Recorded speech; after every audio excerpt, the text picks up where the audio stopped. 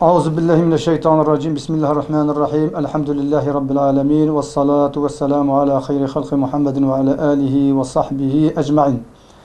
Siirt Umut Kervanı olarak muhtaç ve yetim ailelerimize gıda paketlerimizi dağıtıp bununla birlikte yaklaşmakta olan Kurban Bayramı'nın bağışlarını almaya başladık.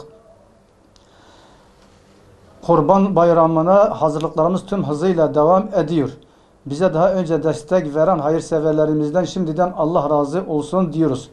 Yüce Rabbimizin o halde Rabbin için namaz kıl, kurban kes ayet-i kerimesi ile üzerlerine vacip olan kurban ibadetini yerine getirmek için tüm Müslümanların heyecanla bayram gününü beklemekteler. Resulullah sallallahu aleyhi ve sellem Adem oğlu kurban kesme gününde Allah Celle Celaluhu katında kurban kesmeden daha sevimli bir amel işlememiştir. Ve kurban kanı yere düşmeden önce Allah Celle Celaluhu tarafından kabul edilir. Hadis-i şerifleri ile kurban faziletine müjdeler vermektedir.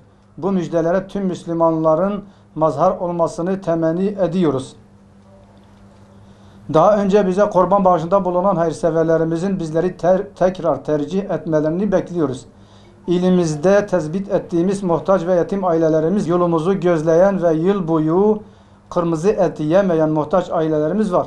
Bizler inşallah bayramda geçmiş yılların tecrübesiyle hayırseverlerimizden bağışladığı kurbanları nezih bir ortamda kesip paketleyip muhtaç ailelerimize ulaştıracağız.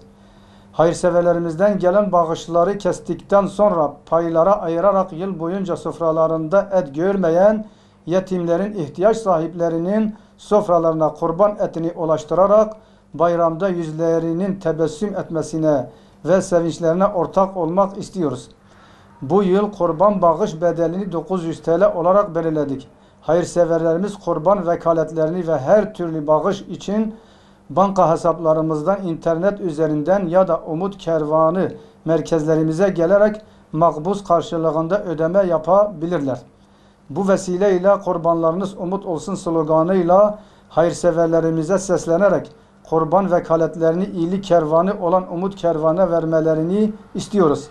Hijyenik bir ortamda kurbanları keserek ve paylara ayırarak paketleyip daha önceden tespit ettiğimiz ihtiyaç sahibi ve yetim ailelere bu etleri ulaştıracağız inşallah.